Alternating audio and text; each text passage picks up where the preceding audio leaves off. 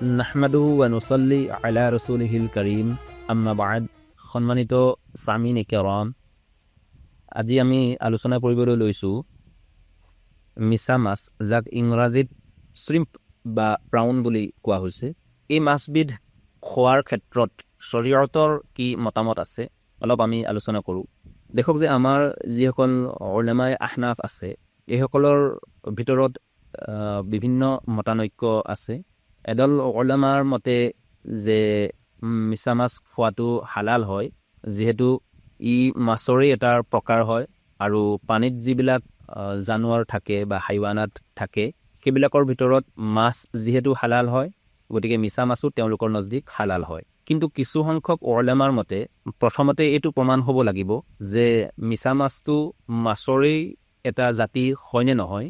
এই ক্ষেত্ৰত যদি প্ৰমাণ হৈ যায়, তেতিয়াহ'লে মিছা মাছ খোৱাটো হালাল হ'ব, অন্যথা এই মিছা মাছ খোৱাটো জাইজ নহ'ব, মাকৰুহে তাহৰিমি হ'ব। এতিয়া চাওঁ, যিসকল মাহিৰিনে লুগাত অৰ্থাৎ ডিকশ্যনাৰী একেবাৰে যিসকল পাৰদৰ্শী উলামা, সেইসকলৰ মতে যিহেতু মিছা মাছ এটা মাছৰেই প্ৰকাৰ হয়, গতিকে তেওঁলোকৰ নজদিক মিছা মাছ খোৱাটো হালাল হয়। কিন্তু যিসকল মাহিৰিনে হাইৱানাত আছে, জীৱ জন্তুৰ ক্ষেত্ৰত যিসকল পাৰদৰ্শী উলামা আছে আৰু যিসকলে এই বিষয়বস্তুটোৰ ওপৰত তাহকিক কৰিছে, ৰিচাৰ্চ কৰিছে, সেইসকলৰ মতে মিছা মাছটো মাছৰ ভিতৰত তেওঁলোকে অন্তৰ্ভুক্ত নকৰে, কিয়নো ইহঁতি কেঁকুৰাৰ এটা বংশধৰ বা প্ৰজাতি বুলি তেখেতলোকে কয়।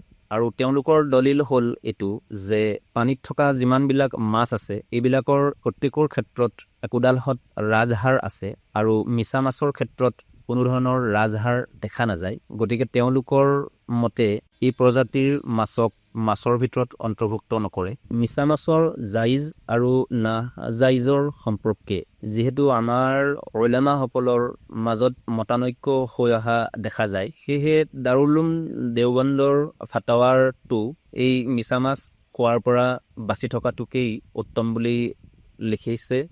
আৰু শ্বেখুল ইছলাম হজৰত মৌলানা মুফতি মুহাম্মদ তকি উছমানী চাহাবেও তেখেতৰ ফিকহি মকালাততো এই মিছা মাছ খোৱাটোৰ পৰা বাচি থকাটোকেই উত্তম বুলি কৈছে।